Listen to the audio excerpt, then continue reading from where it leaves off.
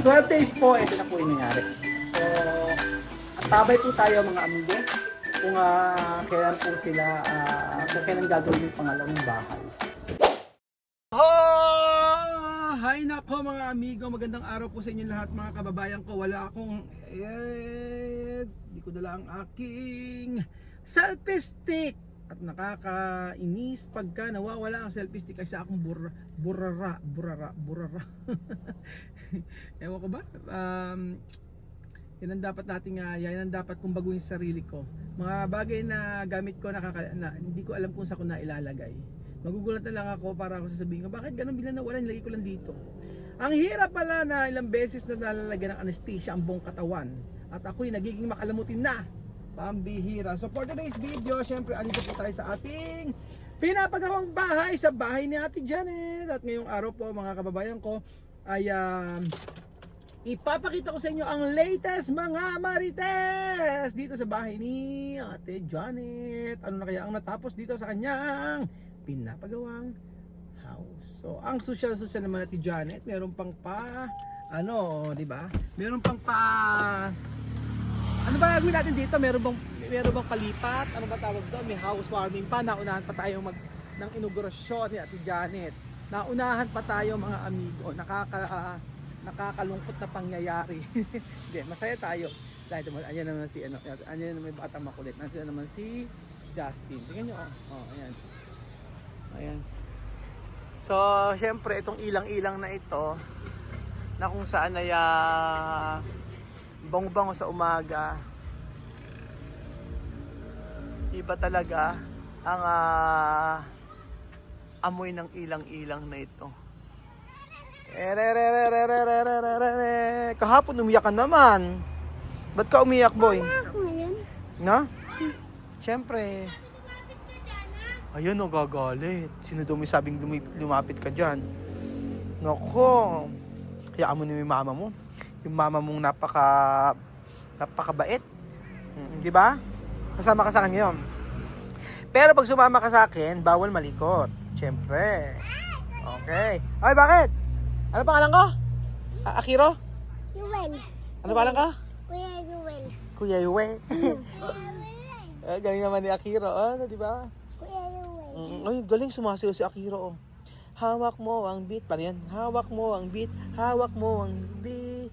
Sabay. Kanta ka rin. Kailan may kanta ka? 1, 2, 3. Oh.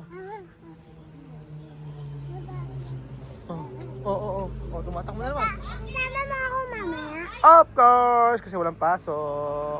Kailan maglalaro ba kayong Chuchen? Opo. Ha? Opo. Opo. Ano ba? Natapos na? May natapos na ba? So, ano gagawin natin? Hindi pa. Hindi pa. Wala pa lang Tumulong ka ba kanina? Ha? Dapat mag-uupo ka lagi. Naku, ay. Apa. O, sasama ka sa akin. Bukas, sama ka. Punta kaming SM bukas eh. SM? Oh, yeah. Opo. Okay. Tapos Kendall? Ngayon, hindi. Ibang lugar. Kasi hindi ka pa napupunta ng SM. Gusto mo, doon ka dadalhin. Bukas? Oo, may palaruan doon. Yeah, di ba? Saya-saya. Ano ba yan? Kasama mo si Chuchen. Ano ba to? Hindi, yan ang buhok mo. May bangs ka. O, di ba? Oo, yeah. Kamusta naman ang pagbubuntis mo? Yung pagbubuntis mo. Hihi kami kakatawa mag-asawa sa kanya. Bakit?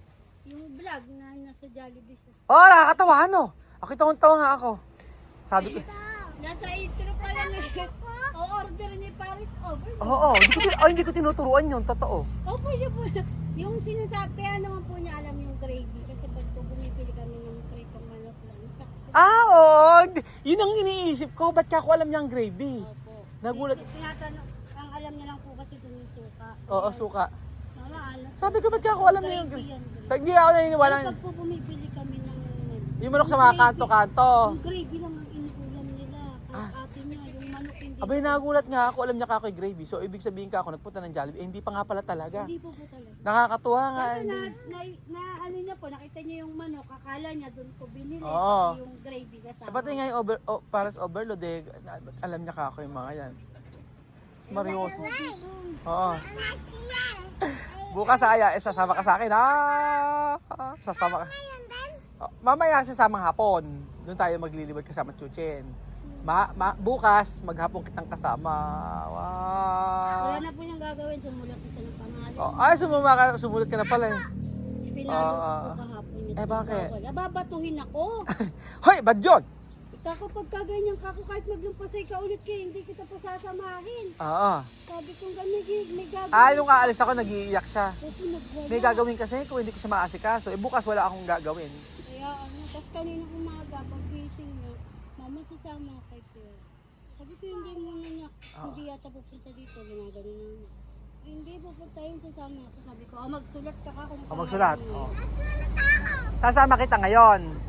Pero huwag ka makulit ha, huwag ka malikot. Lalaro lang kay Chuchen. Ayun, Pati si Tita Bebe nagagalit niya sa kanya kahapon.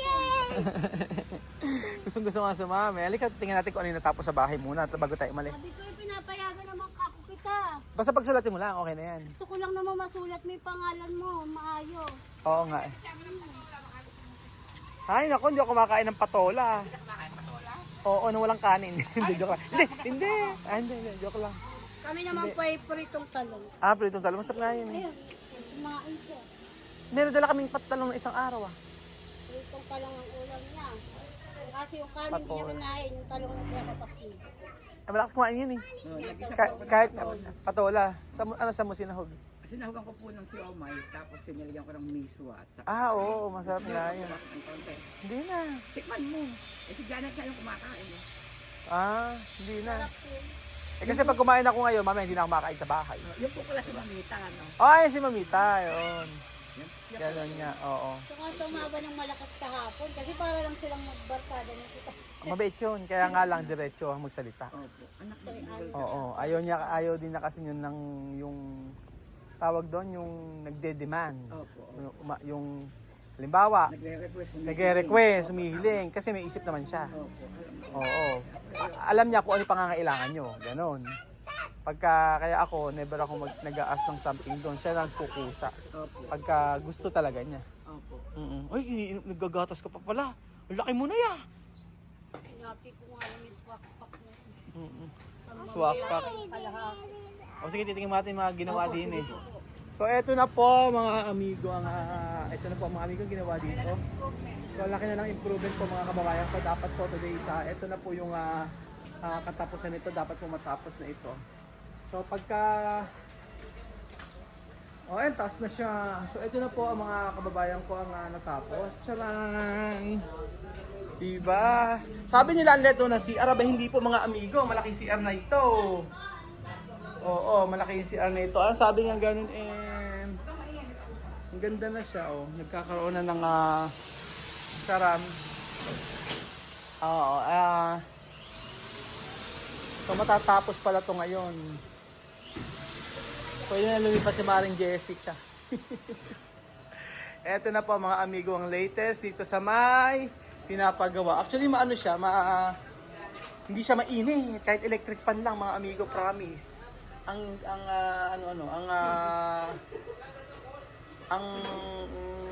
ginaginhawa, hindi siya maalinsangan. Bakit? Ano to ba?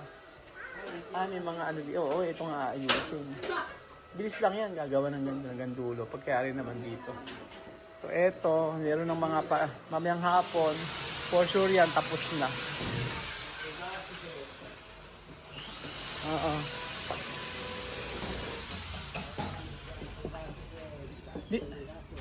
Tapos na ba ngayon yan? Okay. Order na tayo. Parang tapos na yata ngayon.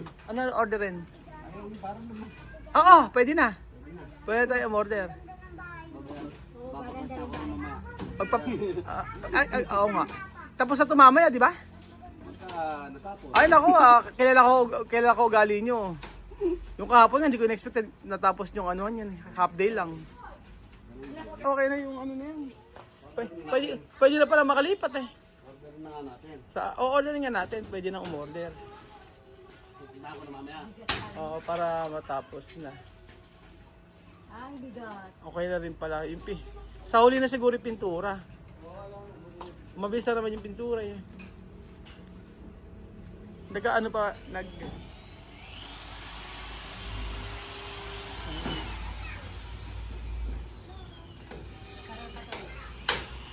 Eh, pag kumain kasi ako, actually gusto ko yan. Kaso nga lang, pag kumain ako mamaya, hindi na ako makakain sa bahay. Minsan na lang ako kumain. Tanghali lang. Gutom kaya. Nag-aruskado ko sa bahay. Nag-aruskado ko pa sa bahay. Oh, masarap na yan. Masarap niya maraming bawang. Gusto ko niya maraming bawang. Matatapos na. O paano gagawin? Sino ba susunod? Ate Bebe? O si Jessica? Eh, nagbato-bato kasi sila dati. Si Jessica ba na? Si Jessica nalo? Si Jessica ba na? Ah, again si... Oo, sasama kita mamaya. Bagbagin na yung kay Jessica. Ah, sama nga kita. Basta huwag ka makulit. Yes. Uhulit. Iyak-iyak pa, oh. Drama-drama pa, oh. Eh, kunyari ba, oh. Kunyari, paano yung nagagalit? Yung galit ka. Ganyan pala nagagalit. O, kunyari, paano naman pagkasasabihin, ano, kunyari, mag-aaway tayo. Saan mo dinala yung lapis?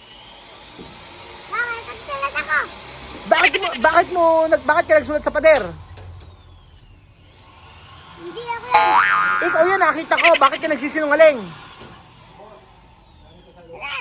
Ang pogi mo. Sige na, magbihis ka na mamaya. Alis tayo. So, eto po mga amigo ang latest po sa pinapagawa. At Mamaya nga, mamaya. bukas sasama ka. So, hindi pa, ngayon pa lang. After nito. Kaya ano kasi, inaayos po kasi mga amigo yung church namin. Oo, at para maging komportable po sa namin lagyan ng aircon. So, yun. Para at least pagka po mga amigo nag-church, komportable. So, susunod pong babagbagin. Ayan, okay na. Linis na siya. Tapos,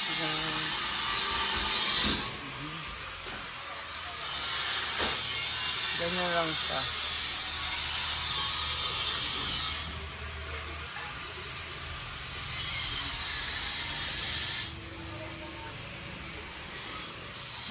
Actually mga amigo, mabilis na lang. Kasi yung wall na lang naman po. Mga yung nagsasuggest, sabi nga gawin daw nga po semento lahat.